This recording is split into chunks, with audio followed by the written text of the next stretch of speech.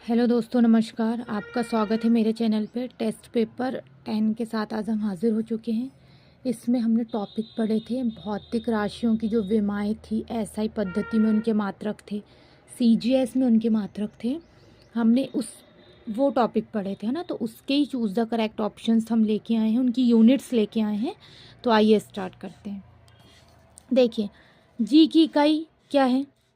जी की इकाई है न्यूटन मीटर स्क्वायर पर किलोग्राम स्क्वायर। ठीक है। Option number C is correct option.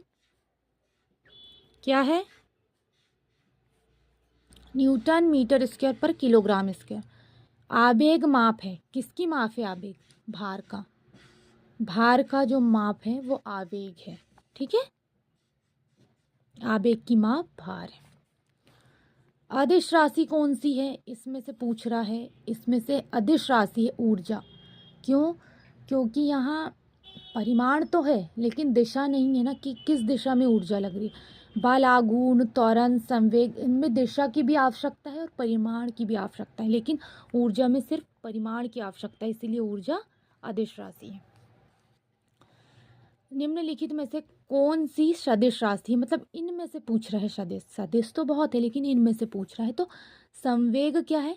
सदिश राशि। अभी हमने ऊर्जा अदिश पढ़े, दाब, तापमान, है ना, ये सब अदिश राशियां हैं। इसमें सिर्फ परिमाण लगेगा, दिशा नहीं पता। लेकिन संवेग में हमको दिशा भी पता है और परिमाण भी पता है, इसलिए संवेग सदिश राशि। अदिश एक प्रमात्रा है जिसमें परिमाण होता है लेकिन क्या नहीं हो पाता, वो ये बोल रहा है। तो दिशा नहीं होती।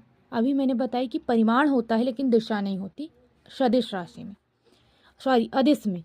और सदिश में परिमाण और दिशा दोनों की ही आवश्यकता होती है, जैसे संवेग में, है ना, परिमाण और दिशा दोनों की आवश्यकता है। पृष्ठ तनाव की विमा क्या है? जैसे हम पृष्ठ तनाव की अगर विमा निकालेंगे तो उसकी विमा है m1 l0, मतलब लंबाई नहीं है, t⁻⁻²। ठीक है, m1 l0 t⁻⁻²। पृष्ठ तनाव है, उसमें लंबाई नहीं होती। बल का सीजीएस पद्धति में मात्रक क्या है? तो जो बल है उसका सीजीएस पद्धति में मात्रक होता है डाइन। ठीक है, डाइन जो है वो उसका सीजीएस पद्धति में मात्रक है। किसका? बल का। एक माइक्रोन किसके बराबर होता है? एक माइक्रोन पूछ रहा है। माइक्रोन बहुत छोटा होता है, तो वो किसके बराबर होगा? 0.001 मिलीमीटर के, मतलब बहुत ही छोटा होता है वो। तो वो है 0.001 मिलीमीटर के। एक किलोग्राम राशि का वजन क्या है? तो जो एक किलोग्राम राशि है उसका वजन है 9.8 न्यूटन के। ठीक है, जो एक किलोग्राम राशि है उसका वजन क्या है? 9.8 न्यूटन के। एक जूल किसके बराबर है? 10⁻7 अर्ग के, 10⁻7 अर्ग के एक जूल है। ठीक है, एक जूल 10⁻7 अर्ग के बराबर है। एक अश्व शक्ति किसका एकक है? वो बोल रहा है कि एक अश्व शक्ति किसका एकक है? तो वो शक्ति का ही एकक है, एक अश्व शक्ति।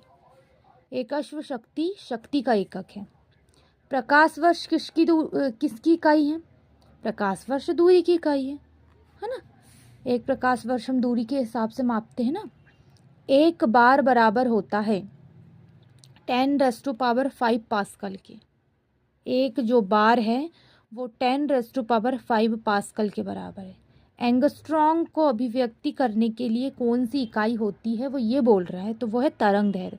एंगस्ट्रॉन्ग जो है वो तरंग दैर्घ्य, उसकी इकाई तरंग दैर्घ्य है। उसको अभिव्यक्त हम तरंग दैर्घ्य से ही करते हैं। एंगस्ट्रॉन्ग को ए के ऊपर जो घात में 0 होता है वही हमारा एंगस्ट्रॉन्ग है, हम उसको तरंग दैर्घ्य में विभक्त करते हैं।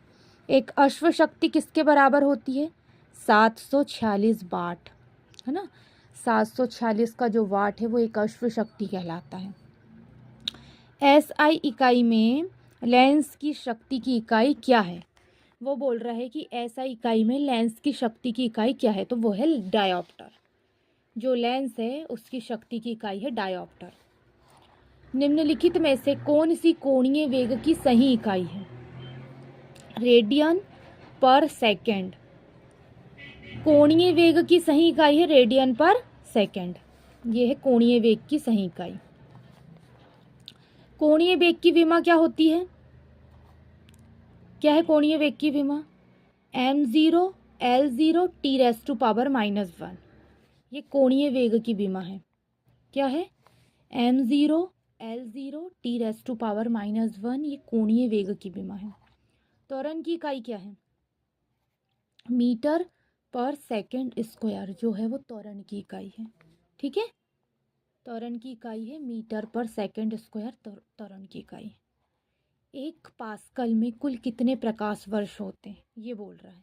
तो एक पास्कल में 3.26 होते हैं प्रकाश वर्ष। एक पास्कल में 3.26 प्रकाश वर्ष। ठीक है, तो हमारा 20 ऑप्शन नंबर 20 तक कंप्लीट हो चुका है। ये आप देख लीजिएगा, 41 क्वेश्चन है पूरे। तो कल इसके आगे के हम कल लेके आएंगे। भौतिक राशि की विमा, एसआई और सीजीएस में मात्रक। आज तक 20 पढ़िए आप टेस्ट पेपर 10 में। धन्यवाद।